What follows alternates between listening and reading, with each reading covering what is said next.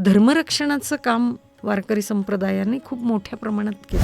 समाजाचं एक आरोग्य जे आहे, मानसिक, भावनिक आणि नैतिक हे जे आरोग्य आहे, हे आरोग्य टिकवून ठेवण्याचं काम वारकरी संप्रदायानं केलं. एकारलेपणही नको, आत्मकोशातही जाणं नको, आपल्या दैवताला इतकं सार्वजनिक करायचं की त्याला कोणी हिरावूनच घेऊ शकत नाही, हे वारकरी संप्रदायानं केलं. जो मुळात निर्गुण निराकार आहे, जो आनंद देणारच आहे, जो तुमच्या कित्येक पटीने श्रीमंतच श्रीमंत आहे, तर त्याला तुम्ही आणखीन काय श्रीमंत करताय?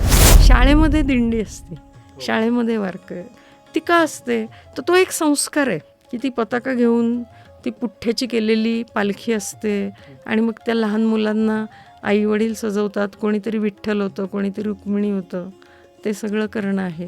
तर हा जो संस्कार, निर्णय स्वातंत्र्य घेण्याची स्पेस, अवकाश आणि शक्यता या तुम्हाला वारीमध्ये पण दिसतात, या धर्मामध्ये दिसतात, त्या चिकित्सेतून निर्माण झालेल्या आहेत. त्यामुळे ही 700 वर्ष परंपरा चालू राहिली आणि अजूनही चालू राहील. म्हणजे मी असं म्हणते की जोपर्यंत आकाशात चंद्र सूर्य तारे आहेत आणि पृथ्वी आहे, तोपर्यंत वारी असणार आहे. कारण हा आनंद, प्रेम लुटण्याचा उत्सव आहे आणि निर्विघ्न होणं आहे, निरामय होणं आहे. ज्याला वारकरी परंपरा, ज्याला ज्ञानेश्वर माऊली नीट आतून कळलेले आहे, तुकोबा नीट कळलेले आहे, तो अशा आमिषांना बळी पडणार नाही. ही सगळी वारकरी मंडळी एका परंपरेचा, एका ज्ञानव्यवहाराचा भाग असल्यामुळे त्यांचं रूपांतर झुंडशाहीत झालं नाही आणि होणार नाही. कारण ज्ञानेश्वर महाराज, तुकोबा, एकनाथ महाराज यांनी दिलेले विचार जे आहे, त्या विचारांच्या पायावर ही परंपरा उभी राहिली.